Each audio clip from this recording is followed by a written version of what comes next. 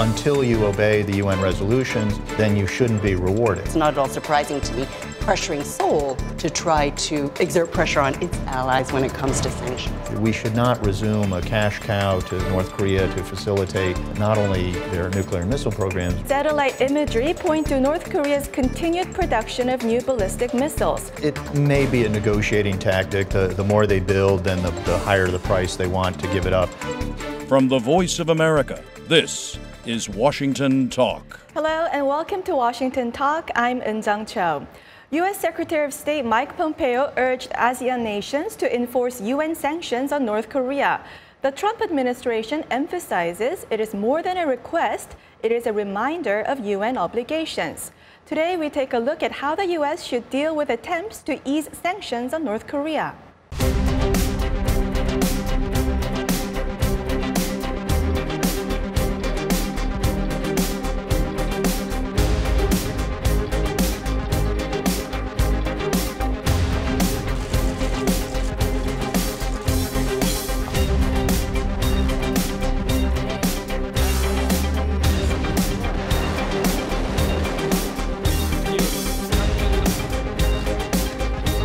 Those sanctions that have been tough on the North Korean government, certainly more needs to be done.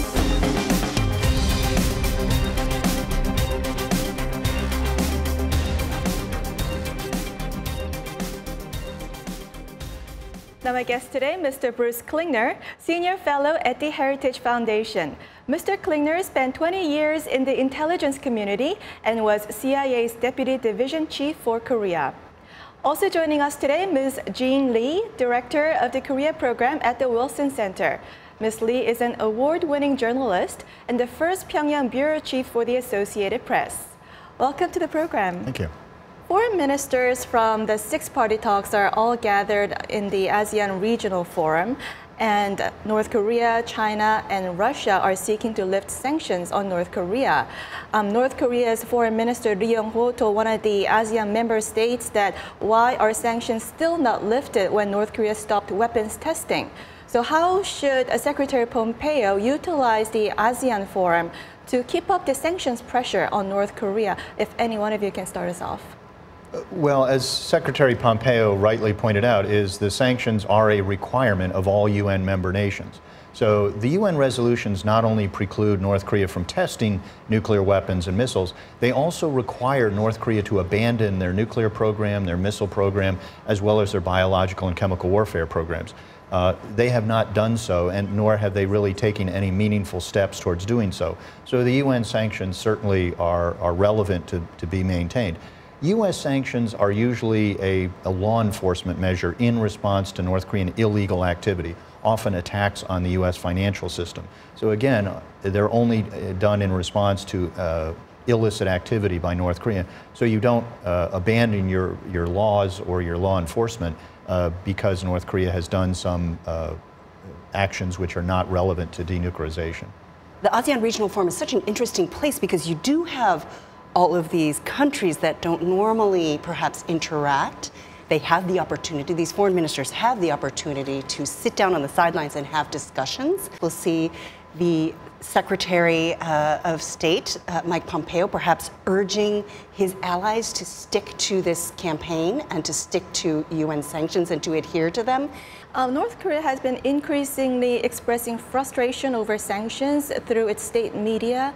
Why so? Why now? And what's its calculation?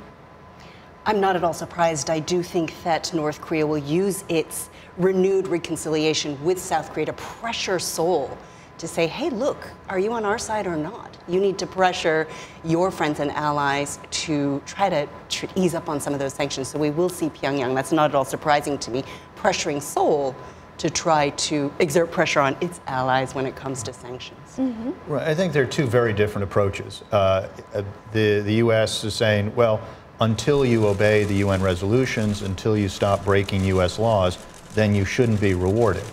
North Korea depicts a very different view, in our view, putting the cart before the horse, of we want to receive benefits so that we feel less threatened. And therefore, once we North Korea, receive benefits, then we will deign to comply with UN resolutions as well as North Korea's previous commitments never to build or to then give up their nuclear weapons. Mm-hmm. South Korean media reports that intelligence chief Seo-hoon visited the United States last week and met with high-level U.S. officials urging exemptions to North Korea sanctions. So is this conducive to U.S. efforts to keep up the pressure on North Korea? Well, the South Korean view, consistent with the North Korean view, is let's prime the pump. Let's provide benefits to North Korea as a way of inducing reconciliation and lowering of tensions. The U.S. sees this as counterproductive. It's sort of, like hearing someone say, well, yes, they're still robbing banks, but let's not enforce our laws against them because they promised to turn over a new leaf. And the U.S. response would be, they're still breaking the laws. Why would we remove these laws or stop enforcing them?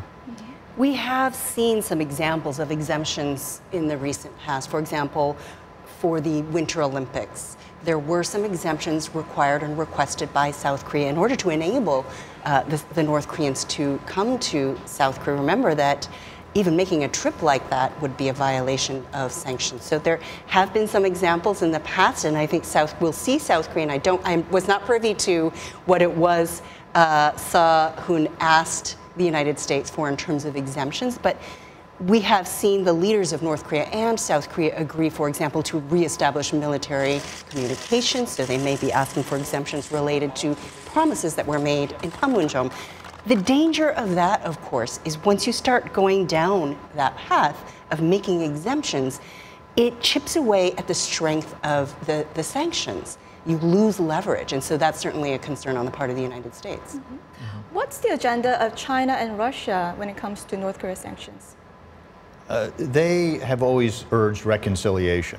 I think they adopt sort of a value-neutral position. So when North Korea attacks or threatens South Korea, usually Beijing and Moscow will come in and say, well, can't you two Koreas get along with each other? Can't you two Koreas stop provoking each other? And so, well, it's only one North Korea that's attacking, threatening, or provoking the other, or violating UN resolutions. So they try to look beyond North Korea's actions and just urge everyone to get back to the table.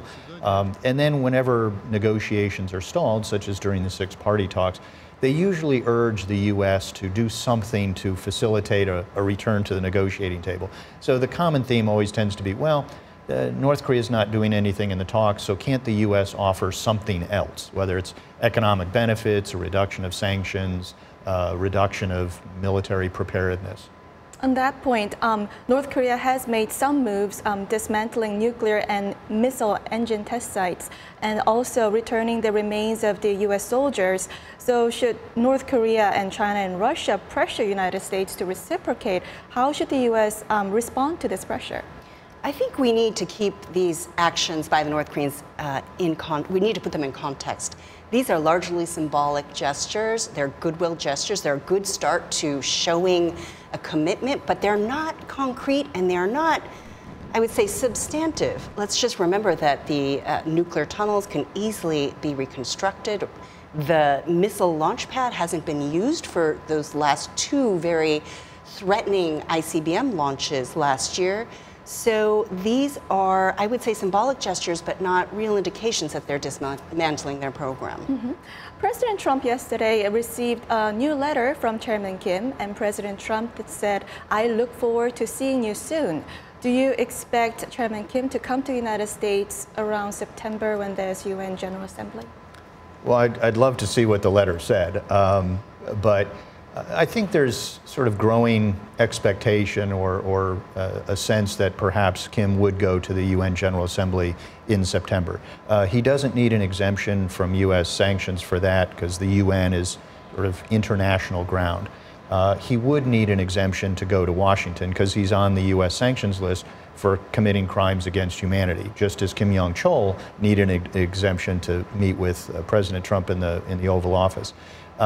So I think there's a sense that Kim may go to New York even without major progress on denuclearization. I think going to Washington would be a much different situation. I think the Trump administration would face great criticism if they allowed Kim to travel to Washington without real significant steps towards denuclearization, perhaps such as a North Korean data declaration where they provide information on their nuclear and missile programs.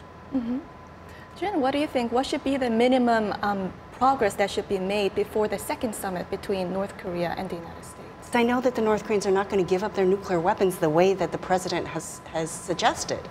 And so it's very difficult to say what it is we can expect from the North Koreans in terms of real action on denuclearization.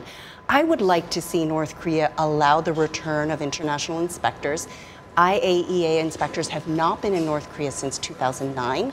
We do need somebody to really confirm that some of these actions that they're taking are real moves to dismantle that program. Also, as you mentioned, a full list of what their nuclear assets are. They're not going to provide it, but certainly something like that could be a demand. Mm-hmm. When is the right timing to reopen the Kaesong Industrial Complex and resume tours to Mount Kumgang? Because there are reports coming out of South Korea, and North Korea is also making comments on this. So when is the right timing? Not for quite some time. Kumgang-san was a cash cow for North Korea. And Kaesong was a 10-year economic experiment that failed. It did not induce political or economic reform as Kim Dae-jung, then president, wanted it to do. It didn't moderate North Korean behavior. It was a way for South Korea to transfer cumulatively $8 or $9 billion to the regime. Even the way it was done, the wages didn't go primarily to the workers. They got sort of pseudo currency that they could use at the company store. Most of the money went to the regime. And the South Korean government under the previous administration said the money was going to the nuclear and missile program. So we should not resume a cash cow to North Korea to facilitate not only their nuclear and missile programs, but to undermine the international pressure program. Mm-hmm. We'll end our first discussion here and watch video for our next discussion. Okay.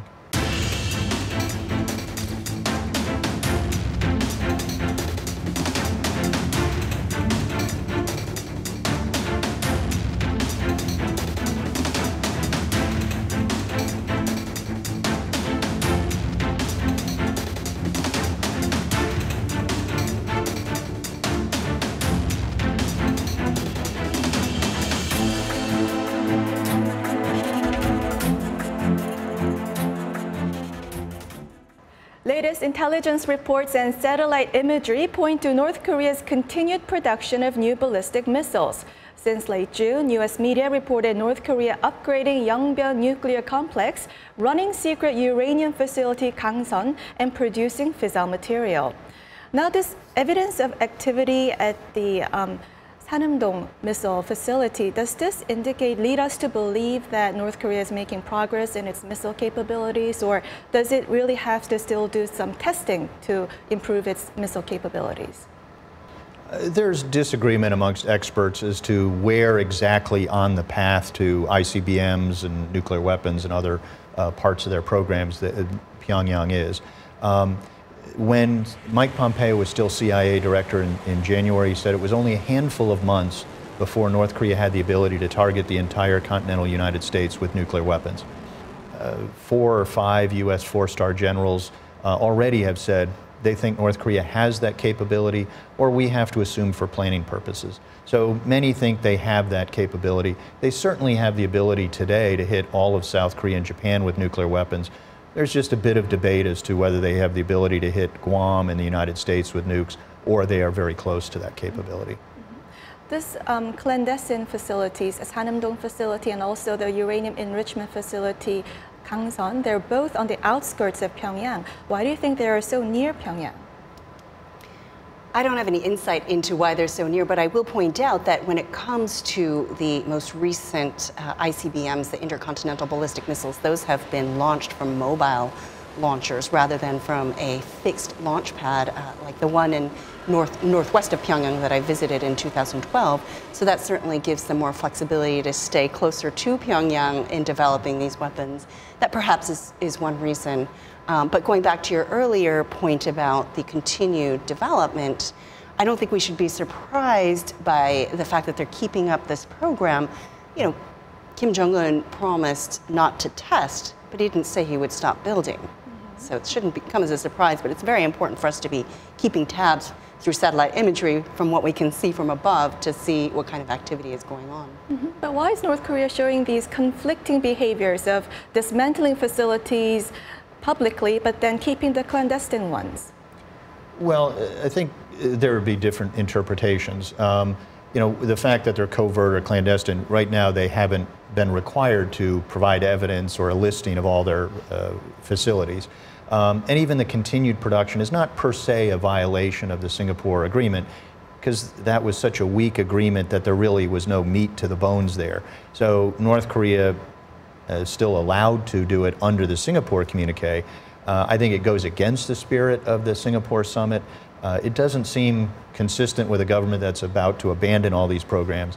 And most importantly, it's a continuing violation of 11 UN Security Council resolutions, which not only required North Korea not to test, but also to abandon all of those programs. Mm-hmm. I think it's important to remember their domestic needs as well. As far as the North Koreans are concerned, Kim Jong-un didn't get, or I should say as far as Kim Jong-un is concerned, he didn't get what he needed to tell his people that the threat was over, and that was a peace treaty. The production of nuclear weapons and ballistic missiles is a huge part of their economy right now. So they will likely continue on until they get that peace treaty or whatever assurances they need. So this is not at all surprising to me when you look at it from the perspective of the North Koreans. Mm-hmm. Some scholars say continuing the development of weapons is a standard behavior early in the arms reduction negotiations. What are your thoughts to this kind of assertions? Well, it may be a negotiating tactic. The more they build, then the higher the price they want to give it up. Or it may simply be a case of until there's an agreement requiring them to stop, then all the existing programs will simply continue. Again, they're not required yet under the Singapore agreement, but certainly every day that they maintain a nuclear and missile program is another violation of the resolutions. Mm-hmm. Last question. So North Korea keeps on reneging agreements. This is North Korea's behavior in the past. How can United States have successful denuclearization negotiation with North Korea when we have this trust issue? We need to learn from the mistakes of the past. I'd say two serious ones were in stark contrast to the arms control treaties we had with the Soviet Union. All the agreements with North Korea have been very short, very vague. The requirements were a bit, vague, so that each side could claim a different interpretation. And we had very weak verification. Arms control treaties with the Soviets, we had very lengthy, very detailed agreements. Everyone knew exactly what they had to do. And we had pretty good verification. So I think we need to do both of those with any new agreement with the North. In addition to looking back at the history and really doing our homework, I think it's important for us to also try to understand the way that the North Koreans think. And we're not going to be able to deal with them unless we understand what it is they want. And I think there's a lack of understanding of what their objectives are. So I think that needs to be taken into consideration as well. Not to give in to them completely, but to understand how to come up with a strategy on meeting your own interests. We'll end this discussion here and move on to our next segment. Now time for the photo moment, time to look at an interesting North Korea picture. The photo today is North Korea's national carrier Air Koryo's new in-flight meal, a vegetarian burger. Now, Air Koryo's hamburger features in countless social media feeds, most of which are now complimentary. Will the new vegetarian burger also become so famous? We got this picture from Korea Tour's blog and inserted next to it a vegetarian burger we typically see here in America with meat alternative. Bruce, what's your reaction? I'd want the real hamburger version. I don't know if it means that Kim Jong-un and the rest of North Korea are going vegan or not, or whether you try to perhaps overinterpret and say that they're providing a meatless version because they don't have enough meat for their own citizens or even on their airlines. Jean? Just vegetables. Yeah. I've been on many, many, many Air Koryo flights, and I usually don't eat the mystery meat.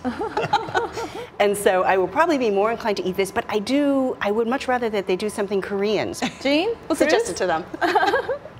Jean, Bruce, thank you for joining us. Thank you. Thank you. Thank you. And this was Washington Talk from the Voice of America, and I'm Eun Jang Cho. Join us next week for more analysis on North Korea.